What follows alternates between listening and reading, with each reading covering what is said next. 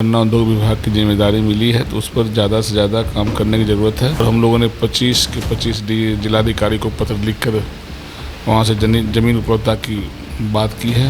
बिहार से पलायन को रोकना है तो उस पर सरकार काम भी कर रही है। सैकड़ों लोगों का उसमें जॉब देना है, तो जैसे ही फैक्ट्रियाँ खुलना शुरू हो जाएगी तो निश्चित रूप से उसमें संसाधन, रोजगार के संसाधन मिलेंगे, नौकरियाँ मिलेंगी। छात्रों पर इस तरह के बर्बरतापूर्ण लाठीचार्ज कतई बर्दाश्त नहीं किया जाएगा। बिहार के लोग लगातार ये जानना चाहते हैं कि आखिरकार चीनी मिल कब खुलेगी, और ऐसे में लगातार ये सवाल हमारे कमेंट सेक्शन में भी आता है और जनता भी ये जानना चाहती है। आज हमारे साथ खास बातचीत करने के लिए आपको बता दें, बिहार सरकार के मंत्री संजय पासवान हैं, गन्ना उद्योग मंत्री हैं, सीधे जुड़ेंगे।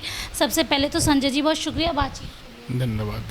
कैसे देख रहे हैं, काम कैसा चल रहा है, क्योंकि दूसरी बार आपको इसी विभाग की जिम्मेदारी मिली?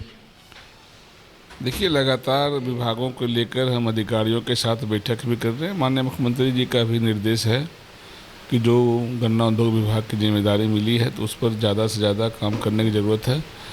तो कब खुलेंगे ये सवाल आपका था।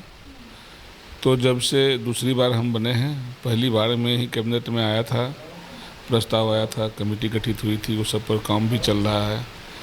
और 3 चीनी मिल जो लगभग हमको लगता है इस वित्तीय वर्ष में खुलने की संभावना है और उस पर प्रक्रिया तेज़ी से चल रहा है। सासा, मूसा, सकरी, रैयाम जैसे चीनी मिल, और हम लोगों ने 25 के 25 जिलाधिकारी को पत्र लिखकर वहाँ से ज़मीन उपलब्धता की बात की है, जिसमें बारसिलीगंज में भी हमारे ACS गए थे, निरीक्षण करके आए थे, बनमनखी गए थे। तो जैसे ही विजिबिलिटी आ जाता है हम लोग उस पर काम भी शुरू कर देंगे। निवेशक भी आ रहे हैं, सहकारिता विभाग के माध्यम से भी 3 चीनी मिल का प्रस्ताव कैबिनेट में गया हुआ है। बहुत जल्द हमको लगता है कि इस वित्तीय वर्ष में आपको खुशखबरी मिलने को मिलेगा, बिहार की जनता को, किसानों को मिलेगा। और हम लोग उसमें, चूँकि गन्ना उद्योग विभाग बहुत बड़ा संसाधन है, बिहार से पलायन को रोकना है तो उस पर सरकार काम भी कर रही है। एक खबर ये भी चल रही है कि इस विभाग में नौकरी भी आने वाली है, कई वैकेंसियां भी आनी है। क्योंकि आप मंत्री हैं तो हम आपसे भी सवाल करना चाहेंगे, रोज़गार मिलेगा इस विभाग में युवाओं को? जैसे ही फैक्ट्रियाँ खुलेगी, नई फैक्ट्रियाँ खुलेंगी तो रोज़गार के सृजन होंगे। चूँकि बहुत बड़ा संसाधन है, बहुत बड़ी कई सैकड़ों लोगों का उसमें जॉब देना है। तो जैसे ही फैक्ट्रियाँ खुलना शुरू हो जाएगी तो निश्चित रूप से उसमें संसाधन, रोजगार के संसाधन मिलेंगे, नौकरियां मिलेगी। तो हम लोग उसमें लगे हुए हैं, जल्द इसका रिजल्ट आ जाएगा। इसके साथ बिहार की बात अभी कर ले तो आपने देखा TRE 4 के स्टूडेंट लगातार प्रदर्शन कर रहे हैं। चिराग पासवान को अपना नेता भी मानते हैं क्योंकि युवा हैं, युवा के चेहरे भी हैं चिराग पासवान। आप लोग उनके सिपाही हैं, बिहार सरकार में मंत्री हैं। TRE 4 के स्टूडेंट्स पे जिस तरीके से लाठीचार्ज हुई, कैसे देख रहे हैं? ये बहुत ही निंदनीय घटना है। इस पर जो भी इसके अधिकारी हैं, इस तरह से जिस तरह से पिटाई की गई है उसकी जांच होनी चाहिए। हम माननीय मुख्यमंत्री जी से मिलकर इस बातों की चर्चा करेंगे कि जो भी इस तरह के अधिकारी हैं, छात्रों पर इस तरह के बर्बरतापूर्ण लाठीचार्ज कतई बर्दाश्त नहीं किया जाएगा। एक सवाल ये भी ले लेती हूँ, क्योंकि चुनाव के पहले कई वादे किए गए स्टूडेंट से ही, अभ्यर्थियों से ही, लेकिन बार बार वही पेपर लीक, और जब स्टूडेंट अपनी मांगों को लेकर उतरते हैं तो बार बार लाठीचार्ज होते हैं, गिरफ्तारी होती है। पेपर लीक मामले को आप कितनी गंभीरता के साथ देखते हैं, क्योंकि एक राज्य का भविष्य जो है वो शिक्षा पे डिपेंड करता है, अभ्यर्थियों पे डिपेंड करता है?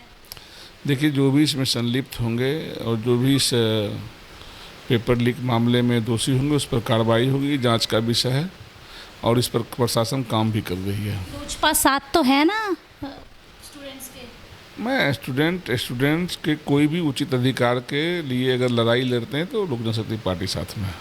विपक्ष कह रहा है कि अब कहाँ गए चिराग पासवान? तेजस्वी यादव लगातार निशाना साधते हैं आपके नेताओं पर और कहते हैं कि जो बड़े बड़े वादे किए गए, गरीबों का मसीहा कहा गया, एक जाति को टारगेट किया गया, अब जब उसी जाति के लोगों को पिटाई पड़ रही है तो चिराग पासवान कुछ कह क्यों नहीं रहे?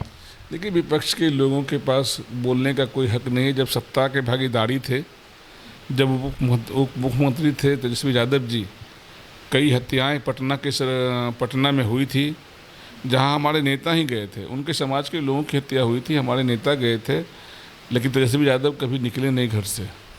तो उनको कोई बोलने का अधिकार नहीं रहा। सबसे दिन से सत्ता में तो वही रहे, लूट अपहरण बलात्कार हत्या का तो जनक हुए हैं वो।